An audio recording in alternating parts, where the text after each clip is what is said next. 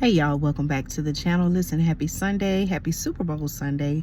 I appreciate your support so much. And listen, I want to thank you for your likes, for your comments, for your feedback, for everything. Listen, y'all, I've been doing my research, right? I've been taking notes in my Andrea Speaks TV notebook. If you haven't gotten one already, make sure you order one.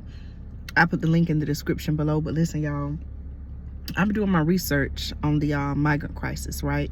Many of you all have told me, you know what, Andrea, there are more people coming than just coming from one particular area in Central America, okay? You all have told me. Let me get some water, y'all. Hold on just a minute. Let me, where is my water? I'll find it in a minute, okay? But what I want to say is this, y'all. I've been doing my research, and many of you all told me, you said, you know what, Andrea, it's more people coming than are just coming from Central America, okay? You all were telling me, as a matter of fact, that there are people crossing the U.S.-Mexico border coming from other countries, okay? Countries such as in Europe, Asia. And, you know, I said, let me do some more research on this, okay? So I want to come on and bring you all a very concerning story. So much so that you may want to sit down, okay? You may want to sit down, but I want to tell you about this, okay? Make sure you like this video, share this video, and please, please, please, if you would, make sure that you share your thoughts with me in the comments, okay? I'm in my car. I'm actually at an event, y'all, so I said I have a break, and so I said, you know what, I'll come out to my vehicle and I'll record this video. Trying to open my water bottle with one hand, and it's a little bit difficult, but I almost got it, y'all, okay? But I want to tell you exactly what's going on. Okay, here we go. Try opening a water bottle with just one hand, y'all. You'll see exactly what I'm talking about. And the water just got on my jeans, okay?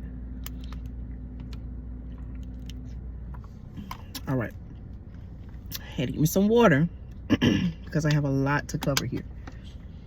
Okay, listen to what's going on, y'all. I thought this was quite shocking, okay?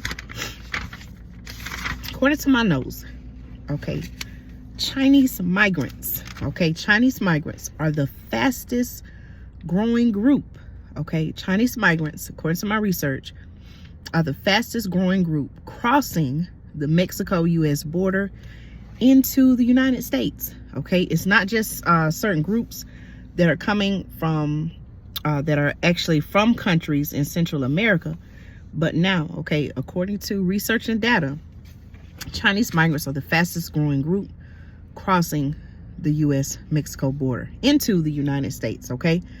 Listen, China, okay, according to my sources, is nearly 7,000 miles away. So you may be wondering, okay, how are they getting from China all the way into the United States? All right, listen to this, y'all, okay? I took some notes, so let me go over some things that some notes that I took, okay? Some Chinese migrants are making their way through gaps, okay? There's some video out there, video circulating where you can see that the people are not just the Chinese migrants, but migrants from other areas. They're coming through what looks like a gap, and they have over the gap between, like, there's like a wall there, maybe a border wall, you could say. And there's an area that's looked like partially covered with razor wire. Do you know they're working their way under that, and they're still able to come in through the gap, okay? Some are making their way through the gaps. There was an interview, okay? You can do your research. There was a brief interview where a news representative was speaking with a male, okay, a Chinese migrant male. He identified himself as being 20 years old, a college grad, and said that he had come from China. Are you listening to what I'm saying?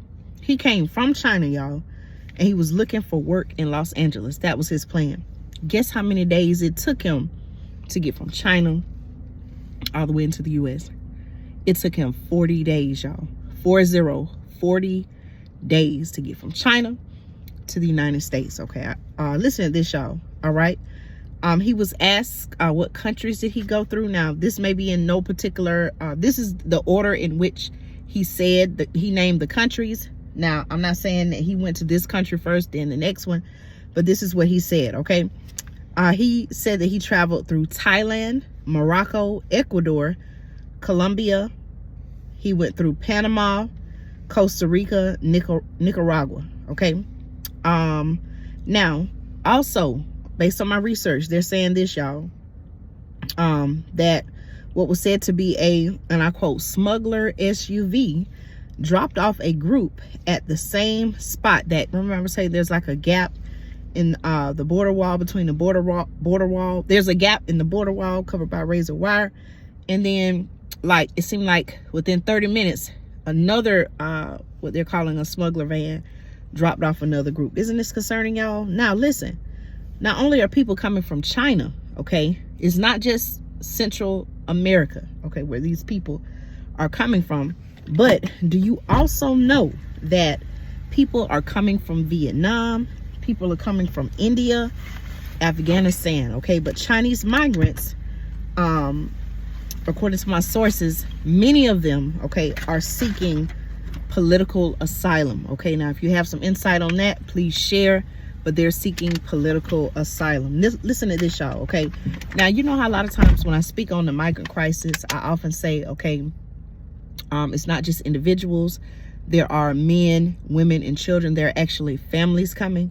How about this, y'all? Okay, I'm thinking that a lot of times, in many cases, it's families, which is true, right?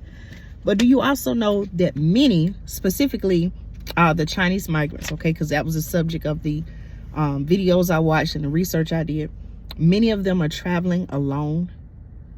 Many of them are traveling alone. So I can't even say that, hey, these, you know, in their case, it may be some exceptions, right? But many of them, okay, in the research that I've done, they are traveling alone, okay? Whether it's men traveling alone or women traveling alone, they don't always have children with them, okay? They're not always families. Listen to this, y'all, okay? Please comment your thoughts. I really, really, really want to know how you feel about this, okay? Listen, okay? Now, also, I have also said, and the thing, I'm not saying what I have said is not true, because it is, but here's the other side of it, okay? And many of you all were telling me, Andrea, there are different cases that maybe the media isn't covering, okay? And I've been doing my research and I found it. Listen, y'all. Many of the migrants, as I have shared, which is true, many of them are coming with just the clothes on their backs, maybe a few items packed in bags or luggage. Okay, when I say luggage, bags, you know, they're coming, they're in survival mode. Well, do you know that, according to my research, okay, and again, I'm not saying you should feel one way about a group. I'm just reporting what is being allegedly said, y'all, okay? Middle-class migrants, okay, when it comes to the Chinese migrants, some are middle class, okay? Some are middle class migrants that are coming with rolling luggage, okay? Not dusty, dirty, soiled luggage, right? Some, you know, that has been through the elements, wind, rain, dirt, whatever conditions, right?